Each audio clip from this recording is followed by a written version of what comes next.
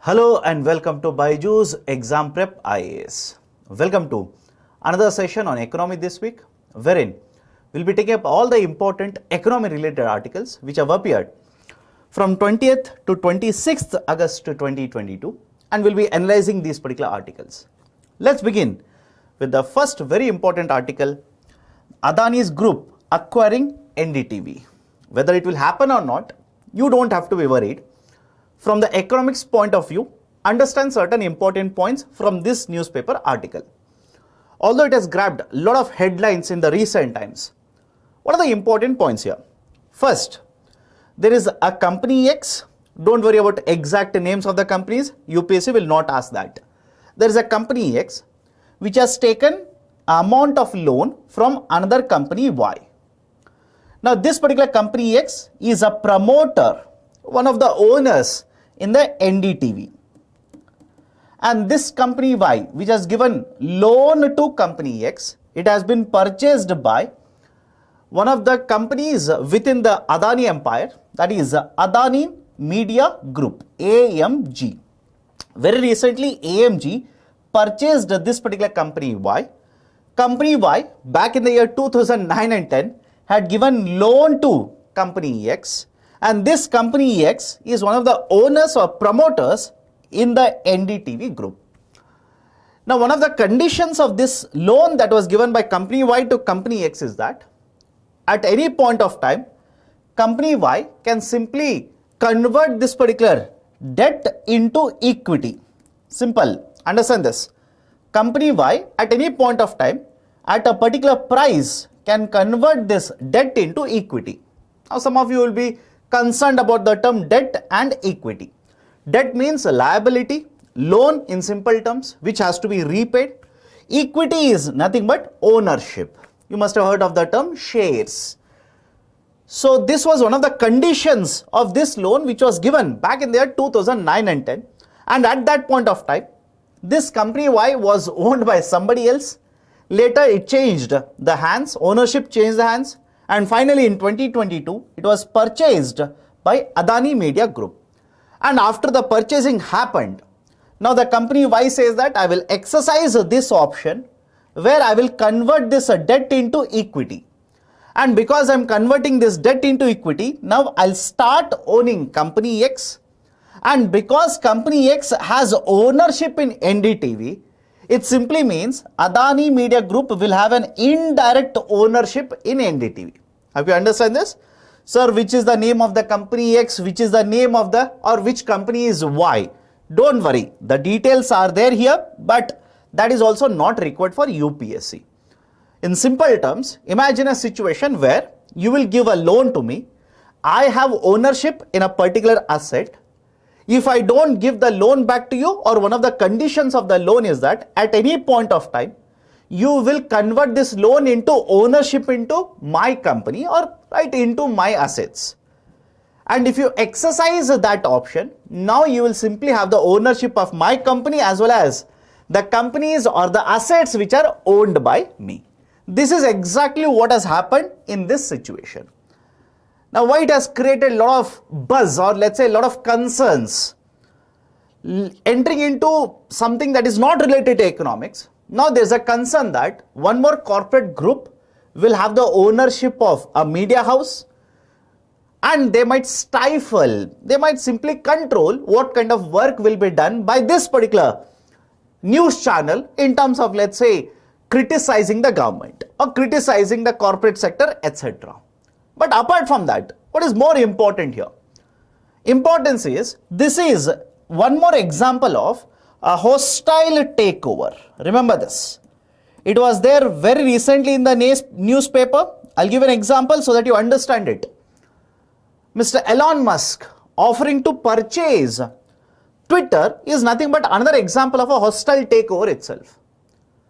And this, many experts say that this bid of AMG to purchase certain more ownership in NDTV, because as per the provisions of this agreement, once this company Y will convert this particular debt into equity, it has to offer to purchase 26% more of ownership. Right? Sir, 26% from whom? Anybody who is having shares of NDTV can sell these particular shares to the AMG group now or company Y, and they'll be paid certain amount of price which has been offered by this company. And if this also goes through, that is the other shareholders take up their shares at the said price, they will sell it to the AMG and get the money, then AMG indirectly, not directly, indirectly will not only hold 29.1% or 29.18%, which they have already converted from debt into equity. In case of RRPR, they will also hold 26% shares which they have purchased with an offer letter now. This is exactly what is happening and what is important. Now, apart from this, what can NDTV do now? What can NDTV do in order to protect itself, right, so that they will not be taken over by a corporate entity? Whenever a hostile takeover concern is there, what do you mean by hostile takeover? You start a company, you have issued shares in the market, ownership or let's say the percentage of shares which are there in the market are substantial. Another company, without your knowledge or without informing you, without talking to you, etc., will keep on purchasing lot of shares and take over the ownership of the company. That is called as a hostile takeover. One way is both the companies or let's say owners of both the companies will come together, negotiate, and one owner willingly will sell the company to another buyer.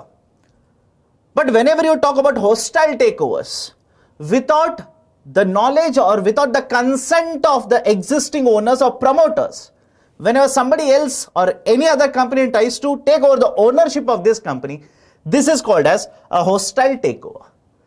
Now, whenever there is an issue of hostile takeover, what can be done? What can be done by the promoters of NDTV now so that they will protect themselves? Ownership will not be transferred completely or majority ownership will not go to the Adani group. There are different measures or different tools or let's say different strategies which can be utilized. For example, last year or let's say last couple of months, when this discussion of Elon Musk acquiring Twitter was happening, there was a strategy in the news called poison pill measure or poison pill approach. This is one type of a strategy which can be used by the existing promoters to basically push away or to basically make it very costly for the hostile takeover to happen. What is this poison pill approach? In a poison pill approach, apart from the existing shares, new shares are issued, and these new shares are purchased by the existing promoters. And when the new shares are issued, if a buyer wants to purchase the company, now the buyer has to pay huge amount of money or more money, which will make it very, very costly for the buyer to purchase the ownership of the company. That is exactly the meaning of the term poison pill. Apart from this, there is also a strategy called as white knight. In case of white knight, what generally happens is the NDTV promoters can approach one more buyer in the market or one more company which is very cordial, which is very friendly with the NDTV group, and ask them to purchase the ownership in NDTV. That is basically the concept of a white knight approach, which can also be followed, which many of the experts are saying might be used by NDTV here. So these are some of the very important points regarding AMG group or Adani group trying to acquire NDTV. Now, based on this, I've given a question here. Which of the following are strategies to avoid hostile takeover? One is white knight. We have already discussed this. Second one is a poison pill. Yes, that's also a strategy. Third one is a green mail defense. And the fourth one is a crown jewel defense. Many of you will simply say, sir, you have discussed 1 and 2, but we don't have any idea regarding what is 3 and 4. Let me give a very brief idea.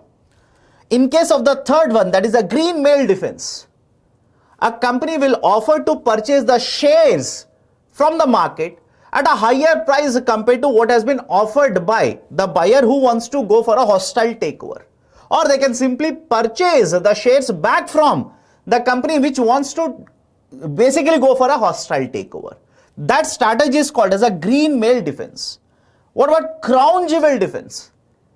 Imagine a particular company or a group has multiple companies, out of which some of them are performing very well, and let's say one company is performing exceedingly well.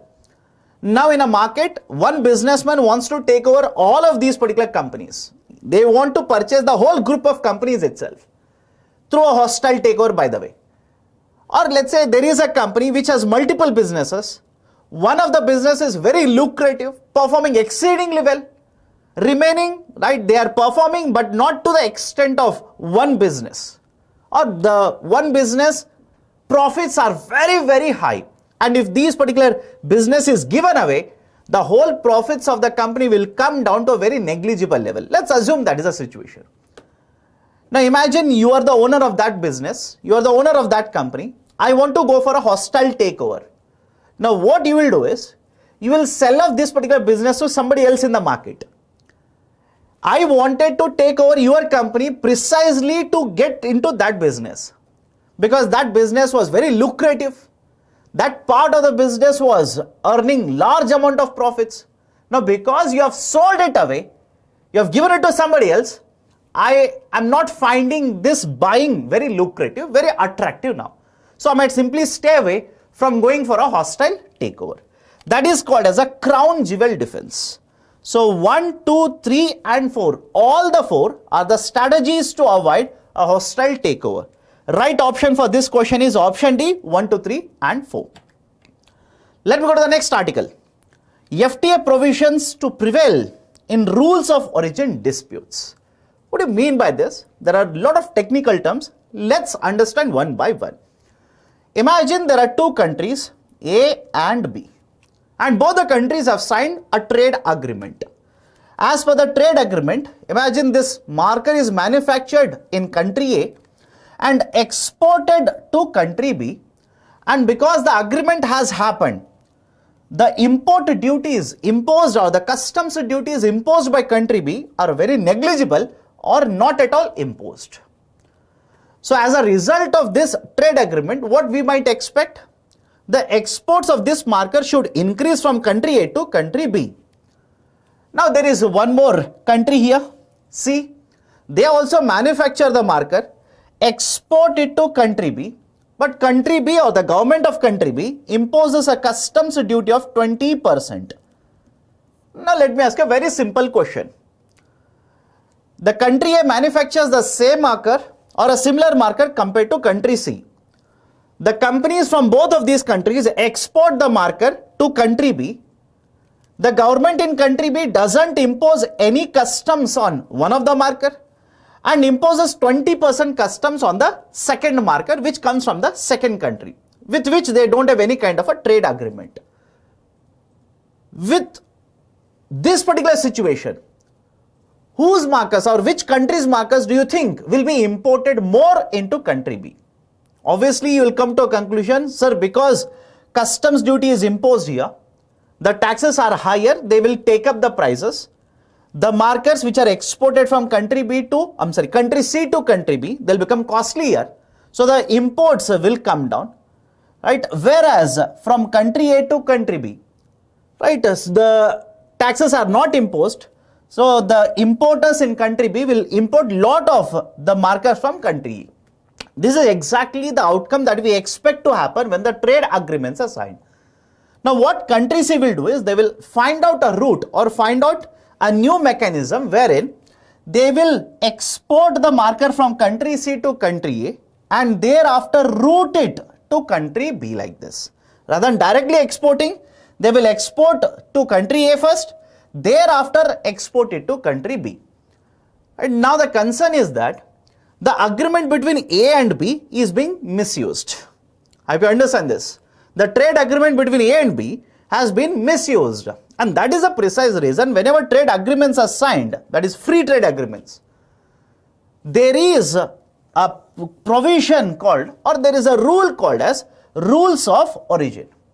And generally the rules of origin mandate that this particular marker which is exported from country A to country B, some part of it, certain amount of it, the production should have taken place in country A itself. Have you understand? The value addition could have happened, but certain amount of value addition, minimum, let's say 30%, 40%, which is generally prescribed in the agreement, the value addition should have taken place in the country A. And that value addition has to be proven whenever these particular products are exported from country A to country B like this. This provision is called as rules of origin. This is one point. Second point, carotar. There is, right, one more provision here or one more rule, set of rules here. Carotar, C-A-R-O-T-A-R. Carotar 2020, that is 2020. What is this carotar? Customs administration of rules of origin under free trade agreements or under trade agreements 2020. These are set of rules which have been implemented by the government of India. And under this particular set of rules, whenever these imports are imported, whenever these imports will flow into India, there are very stringent norms. A lot of guidelines have been implemented, and as a result of this, the imports argue or allege that many of the times this makes it very difficult for them to import, and they are supposed to provide lot of documentation to the customs authorities. And if there is any mismatch in the documentation or slight difference in the taxes that they are claiming an exemption under these particular rules, these imports are withheld. And this is creating a lot of problems related to the imports. And that is a precise reason very recently the implementing authority, that is Central Board of Indirect Taxes, CBIC, has issued a clarification and stated that there is a free trade agreement between, let's say, India and any other country, and under this particular agreement there is a rules of origin provision, and there is also carotar as usual, which is applicable on any imports which are coming. If there is any conflict or any confusion regarding the rules of origin under the carotar as well as the FTA between India and this country, then the provision of FTA will be applicable. Whatever is the rules of origin requirement under the FTA between India and the second country, that requirement or that rules will be applicable, not the carotar rules. This is the classification which has been provided very recently by CBIC. Let me go to the next article. European Union has stated that from the starting of 2023, from January 2023, it is going to withdraw the GSP benefits of some of the exports that are taking place from India to European Union. What kind of exports? They have basically stated that the exports in the form of electrical machinery, plastics, articles of stones and articles of leather, etc. will be not given any kind of a GSP benefit. Now, question is, what do you mean by the GSP benefit here? It's not anything new, please understand this. Earlier in the year 2019 also, USA announced that some of these particular exports that go from India to USA will not be covered under the GSP benefits. Now, what is this concept of a GSP here and why it is important? GSP simply stands for Generalized System of Preferences. I repeat, Generalized System of Preferences. And the concept of GSP was institutionalized or introduced by United Nations 50 years ago. And under the concept of GSP, the developed countries or industrialized countries are supposed to provide certain benefit to the developing countries which will promote exports from these countries. So what do you mean by this? Let me take a very simple example. Imagine here is a country X. This is a developed country, industrial country. And here is another country Y, which is a developing country. Now imagine Y is exporting goods to country X, and another industrialized country Z is also exporting the same goods to country X. Obviously, because Z is a developed country, the exports will be much more competitive, and as a result of this, Y's exports would be affected. They will not be able to compete with the exports from country Z. In order to promote the exports, what the government of country X can do here is, They will identify certain exports that are coming from country Y, that is a developing country, and provide a benefit in the form of very low rate of customs duties or import duties, or they can simply say we will not impose any kind of customs or import duties on this. So the example, take the same example, marker. This is exported from country Y as well as country Z. Now if country Y's cost of exports, that is the marker cost, is higher, the government of X will further impose customs which will make it much more costlier, very less competitive. Now what the government X says is, because you are a developing country, I will provide certain GSP benefits to you, wherein either I will impose very low rate of, negligible rate of customs, or I will not impose any rate of customs. You can simply export it. No customs will be imposed. As a result of this, the exports from country Y are expected to increase. Country Y, which is a developing country, is going to get the benefit of this particular measure, that is generalize the system of preferences. As per the United Nations report, there are more than 12 countries, more than a dozen countries which are providing the GSP benefits to the developing countries. But what is the issue here? European Union very recently has stated that because the exports have increased from India to their country like this, they are going to withdraw the benefit of GSP. Now they will not be providing the GSP benefit to these exports because these are competitive. Now as a result of this, Government of India says that we will consult with the industry experts, will consult with the other stakeholders in the market and come to a conclusion or try to evaluate what kind of impact we will be having because of this particular decision of the European Union. So this is there in the discussion regarding EU withdrawing the GSP benefits to India's exports. Please be very careful regarding the concept of GSP. Now based on this, I have given a question here. Consider the following statements regarding GSP. The GSP was instituted by World Bank, no United Nations. Some of the books will also use UNCTAD. UNCTAD is a part of United Nations itself. All developed countries must provide this to developing countries. Underline the term must. It's not compulsory. It is entirely up to the discretion of the developed countries or industrialized countries. So second statement is also wrong. Right option to this question is neither one nor two. Let's go to the next article. Very technical, but let's try to simplify, understand some of the important measures here. Government of India very recently has announced revamping, or let's say announcing, overseas investment rules. The technical name is the Government of India has announced Foreign Exchange Management Overseas Investment Rules 2022 and Foreign Exchange Management Overseas Regulations 2022. It has asked RBI to give clarification or implement these particular rules. In simple terms, how we invest, how we get the gifts, how companies invest, all these will be regulated under these particular new set of overseas investment rules. Now, what are the important regulations or guidelines which have been announced very recently by the government? First and foremost, if there is a willful defaulter, and this willful defaulter wants to invest in the foreign market, right? They want to purchase certain stake in the foreign company, they want to invest in certain assets in the foreign market. First and foremost, they will have to get a no objection certificate from the respective banks. I'll repeat the statement.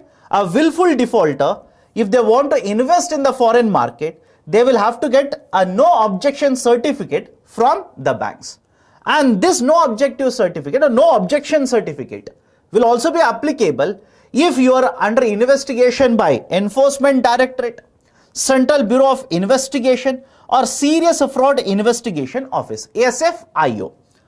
And whenever you apply for this NOC, within 60 days, the bank has to provide the NOC. So what will happen if the bank doesn't provide the NOC in 60 days? Then it is presumed that there is no objection and the NOC will be issued. What is the importance of this? Simple. Many of the times you must have come across this. the rich people, or let's say the businessmen in India, whenever they want to run away from India, or before any investigation starts on them in India by any of these agencies, they will transfer their assets into foreign markets. And after that, the moment an investigation is announced, or even before the investigation announced, they will abscond, they will run away from India. Now, government says if you're a willful defaulter, and if there is any investigation, right, by any of these agencies, then before you make an investment in the foreign market, get an NOC, no objection certificate. Right? Now, some of you will be worried about or concerned about this particular term, willful defaulter. So, what do you mean by willful defaulter? As per RBI, a willful defaulter will be classified as one, or anybody can be classified as a willful defaulter under certain circumstances. What kind of circumstances? Imagine you're a bank, I've taken loan from you, I have sufficient amount of money to repay the loan.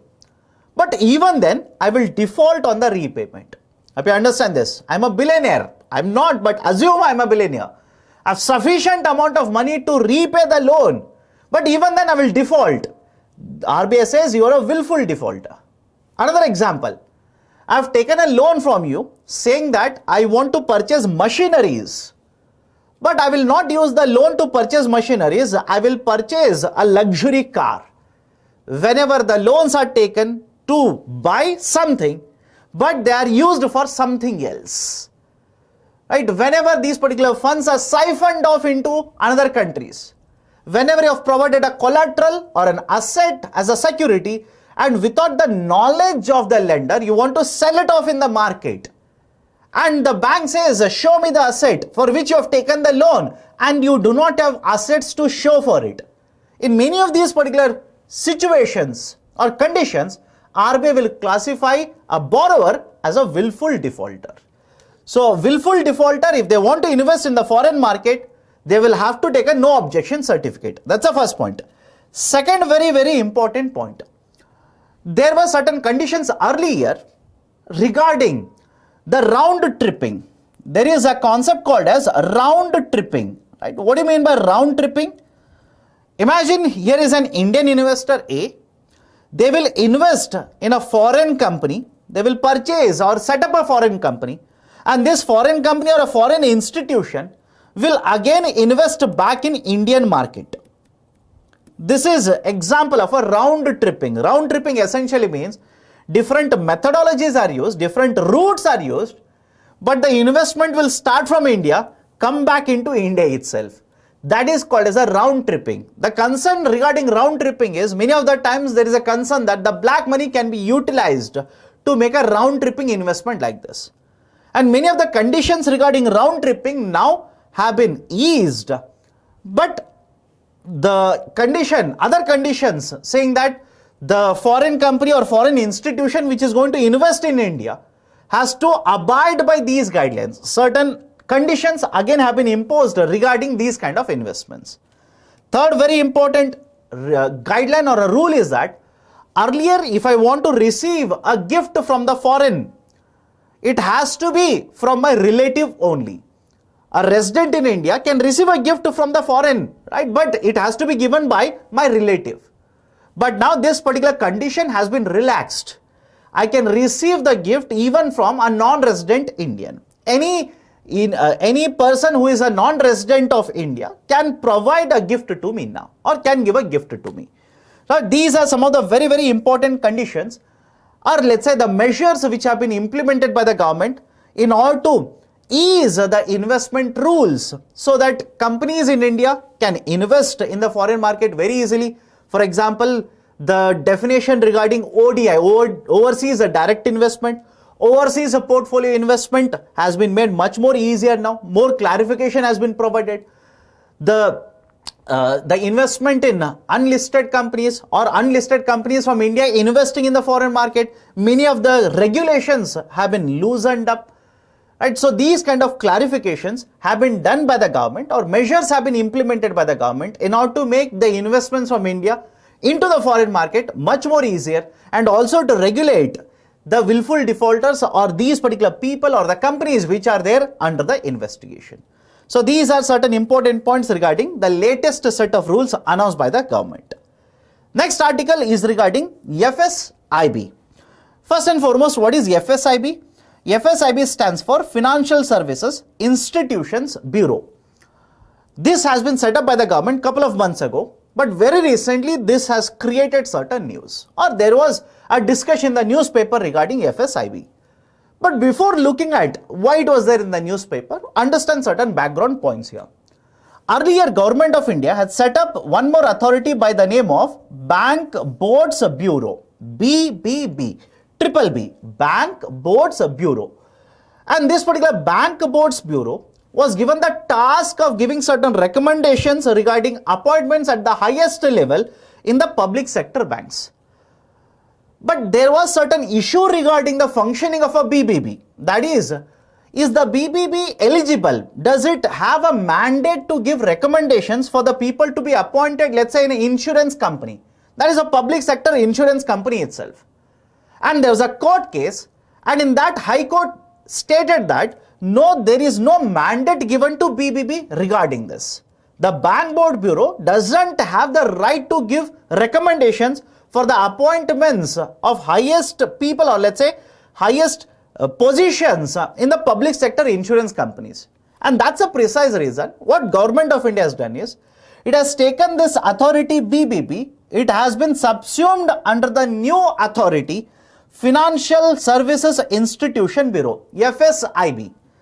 And the mandate that has been given to FSIB is much more wider compared to the triple B which was set up earlier. For example, many of you will be concerned, sir, what kind of mandate? What is the function of FSIB? Right? This article consists of all the important points that is required for UPSC. Understand this. As per the article, which is true by the way, they have taken from the FSIB document itself. The FSIB will have a much wider ambit, or let's say much wider function or role compared to triple B. How so? Have a look at this. The BBB was set up in order to provide recommendations for appointing personnel at the highest level in public sector banks. FSIB will give this recommendation, but apart from this, what about the personnel who have to be appointed at the highest level in the financial institutions, public sector insurance companies? FSIB can give recommendation regarding that also. Not just giving recommendation for appointment, if they want to terminate certain people, recommendations can be given by FSIB. In terms of performance of these institutions, a database will be developed by FSIB. Database will be made available to the government, using which they can evaluate or come to a conclusion who is doing good, or which PSB is doing good, which insurance company is doing good, which financial institution is performing, etc. And not just that, it will also recommend, or it will also help the public sector banks, financial institution, as well as public sector insurance companies in developing business strategies as well as how to raise capital from the market. So these are certain very important functions that have been given by the Government of India to FSIB. Now, why it was there in the newspaper? It was there in the newspaper because they have given a recommendation of 14 candidates who can be appointed as executive directors into the public sector banks. This was the newspaper article regarding the FSIB. Now let me go to the next important article. One nation, one fertilizer. After the discussion on one nation, one ration card, or the implementation of one nation, one ration card, now Government of India has announced one nation, one fertilizer. I'll be using the short form of this, don't get confused. ONOF. One nation, one fertilizer. This is a new scheme which has been announced by the government, which is supposed to be implemented by all the fertilizer producer companies or the selling companies in the domestic market. Now, what is the finer details, or what are the important points regarding ONOF? Let me show a picture to you. Have a look at this particular picture. Left side of this particular PPT slide, you can see a bag of fertilizer. Right, by the way, it is a urea fertilizer bag. Don't worry, right? UPSC will not ask you to draw the picture. Don't worry. But what can you observe in the picture? You can see that there is a name or labeling given here. Who is the producer? Who is the manufacturer? That is also given. Right? Certain other important information is also provided here. Government of India now says that the whole bag or the area of the whole bag can be divided into two parts. One will be the 2/3 part of the bag and the second will be 1/3 part of the bag. Divide the labeling side of the bag into two parts like this. In the majority part of it, that is in the 2/3 part of the bag, the producer or the manufacturer of urea, or even if they are simply importing and selling in the market, they will have to label the name of the scheme which is being run by the government. That is a PMBJP. Some of you would be concerned with the name, some of you would be happy with the name. Don't worry about the name. The simple meaning of that is, Government of India says the labeling has to be done so that all the bags, irrespective of who is manufacturing it, who is selling in the market, there will be uniform labeling on all of these particular the urea bags as such. And the expansion of PMBJP is Pradhan Mantri Bharatiya Jan Urvarak Pariyojana. This is the name of the scheme that the Government of India says will be rolled out now, under which the manufacturer, producers of fertilizers will be provided with the subsidy. Now, very manufacturer, right? Imagine you're manufacturing urea, you're manufacturing diammonium phosphate, you're manufacturing muriate of potash, or you're manufacturing a different combination of NPK, etc. Whatever kind of producer or manufacturer of fertilizer you might be, the labeling that will be done will be Bharat. If you understand this, the labeling that you have to do is Bharat, let's say diammonium phosphate, Bharat urea, Bharat NPK, etc. That is exactly what you can see here. This is a urea bag, so the labeling is Bharat urea. There are two components here. One, name of the scheme that is being rolled by the government has to be written. Second, the term Bharat has to be mentioned along with Bharat. If it is a diammonium phosphate, you will have to write Bharat DAP. If you are producing urea, it has to be Bharat urea like this. And remaining 1/3 part of the bag or the surface area, the manufacturer can simply write the name. They can simply indicate what is the name of their company, what is their brand name. Now, this is against the current practice wherein different manufacturers have their own brand name, they have their own logo, they have their own marketing strategy, they have their own bagging, colorage, etc. But Government of India simply says, no, we will not do this from 2nd October 2022. The bags which are made available to you, right, these will be the new bags, the branding will be there. The first part of the bag will have to have two components, that is a PMBJP name, and the second one is Bharat name along with the logo. After that, whatever branding you want to do, you want to write your own names, you want to put your own brand name, you can do it. This has been done because of two reasons. One, Government of India wants to make this a uniform practice throughout India. Make a uniform policy throughout India. Second is, Government of India says we are incurring huge amount of subsidy. For example, last week's discussion when we had, there was one article regarding subsidy in fertilizer. And for the current financial year, more than 1 lakh crore worth of fertilizer subsidy has been kept aside by Government of India. All estimates are that it will be more than 2 lakh crore rupees for the current financial year. So Government of India says, if I am going to spend more than 2 lakh crore rupees in providing subsidy to you, I will decide what kind of a branding, what kind of a bagging you will have to use. These are the two reasons citing which Government of India has announced this particular new scheme. Having said so, are there any concerns? Are there any issues related to this scheme? Of course, yes, there will be issues. What are the issues? One, different fertilizer companies, as already mentioned, have their own brand name. Now, their concern is that we will not be able to be differentiated by the farmers. Because imagine there is a brand name, farmer will go to the fertilizer shop, look at the brand name and purchase the fertilizer bag. Now, that option is not available. The name of the company has been pushed down to only 1/3 of the bag or area of the bag like this. So the companies are concerned that they might be losing out in the market to somebody else, some other competitor. Second one is, their concern is also that we are investing a lot, we are spending a lot of money. This is not very remunerative for us. we are not able to generate huge amount of profits also, but even then we are investing a lot of money. Now you are saying you will dictate how you are supposed to bag, how you are supposed to brand, etc. That is a overreach of the government. Third one is, generally these particular fertilizer companies or any companies related to agriculture sector do a lot of activities in rural India. They will conduct workshops, they will try to promote their branding, etc. Now if the branding itself has been withdrawn or that concept of branding is lost, why will these companies conduct these kind of measures or let's say workshops or investments in the rural part of India? Their activities in rural part of India will also be affected. So these are some of the concerns which have been raised in the context of the new scheme or initiative of the government, One Nation, One Fertilizer. Next article, Commerce Department to overhaul services sector scheme to shore up exports. Let me give you certain basic points, background points here first. In the year 2015, Government of India announced Foreign Trade Policy, I'll use the short form FTP, for a duration of 5 years, 2015 to 2020. And in the year 2020, we were supposed to announce a new foreign trade policy. But because all of you know that there was a pandemic, Government of India extended the foreign trade policy, and we expect that in the coming month, a new foreign trade policy will be announced by the government.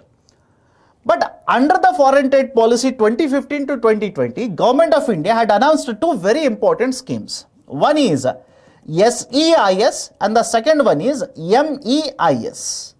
SEIS stands for Service Exports from India scheme and MEIS stands for Merchandise Exports from India scheme. All the service sector schemes which were there earlier to promote exports were merged into one and Government of India implemented SEIS. And all the earlier schemes which were there to promote merchandise exports, that is the goods exports, were merged into one, that is MEIS. But because various other countries or trading partners of India, such as USA, dragged India to WTO, filed a complaint against such initiatives of the government to promote exports. And in fact, the WTO dispute settlement body found that India was actually violating the agreement on subsidies and countervailing measures by providing these export-linked subsidies.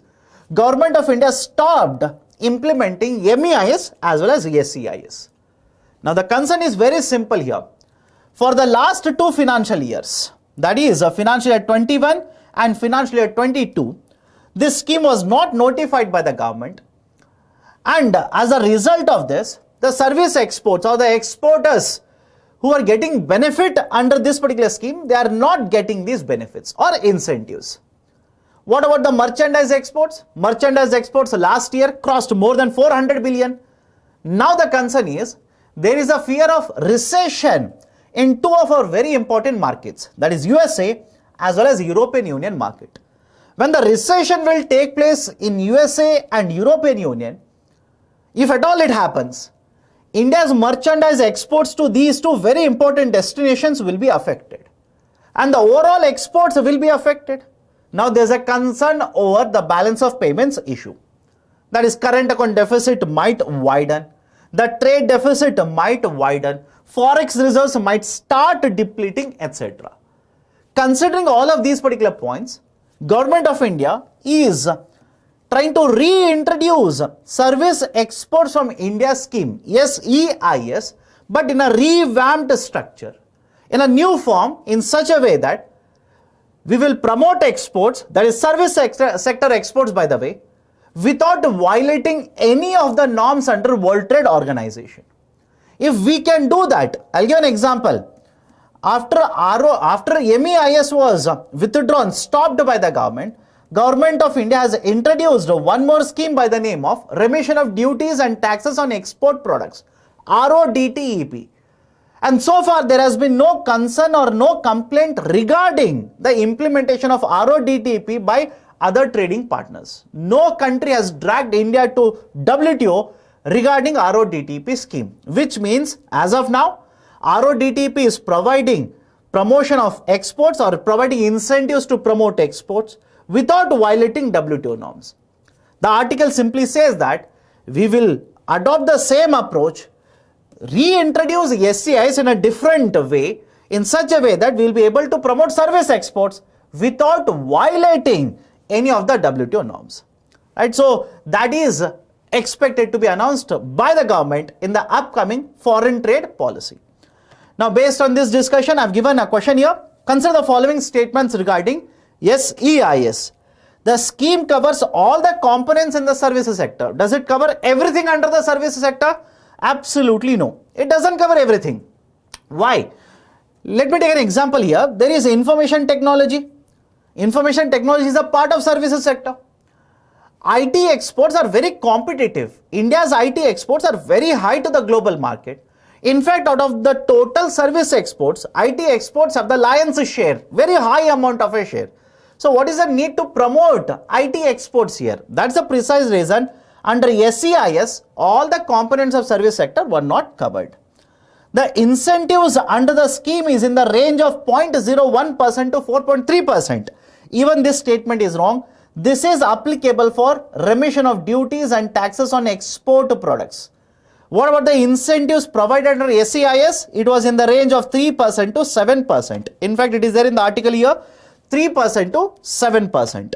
So both the statements are wrong. Right option for this question is neither one, neither two. That is option D. Let's go to the next article.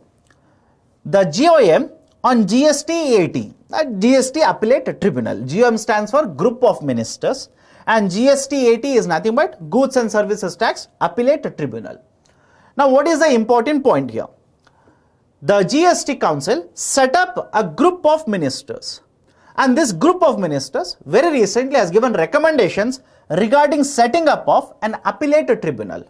What do you mean by appellate tribunal? In a simple way, if you have a dispute and you have approached one authority and this authority has issued an order, you want to appeal against this order at a higher level. That is generally in the context of the various authorities, it is called as an appellate authority. So in the context of GST disputes, lot of disputes are going to courts, and this is increasing the difficulty in terms of, let's say, the companies which are stuck up in the disputes and the money or the value of the assets which are also stuck up in the disputes. In order to address this particular issue so that the burden in the judiciary will come down, the group of ministers, GOM, has recommended an appellate authority, that is GST Appellate Tribunal. The main division or principal bench of the GST Appellate Tribunal, as per the recommendation, will be set up in Delhi, and other states will have benches. There will be benches in other states. And the maximum number of benches as per the recommendation that has been provided is up to 5. Bigger states can have up to 5 benches, but the principal bench or the most important bench will be in Delhi itself. So these are some of the recommendations that have been provided by the group of ministers. Now we'll have to wait and see whether these recommendations will be accepted by the GST Council or they will prefer a different structure altogether. Apart from this, how many members will be there, how they will be appointed, all of those recommendations have been provided. But you need to wait and see whether the council will accept these recommendations. If the council accepts the recommendations, then how many members are there, who is going to head what, whether it will be at the level of a judge of a high court or chief justice of a high court, etc. Those become very, very important for UPSC preliminary examinations. Done? So these are certain points regarding the recommendations of GOM on the appellate tribunal for GST. The last article for the day is regarding Food Security Act. If you see the article, there are 2 points which are needed or which you need to focus on. One, Supreme Court of India has asked Government of India to widen the coverage of Food Security Act. Second one, which we have discussed earlier, again there is a continuous discussion on this.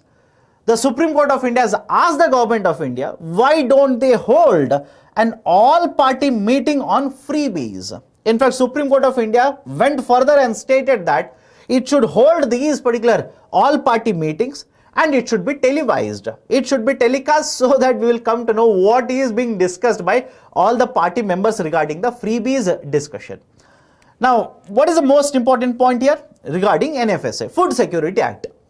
Government of India implemented National Food Security Act, and as per the National Food Security Act, we are supposed to cover up to 2/3 of total of India's population. Now, when you say up to 2/3 of total India's population, please remember this. It will not be uniformly given to all the states, nor it will be uniformly divided between urban and rural part.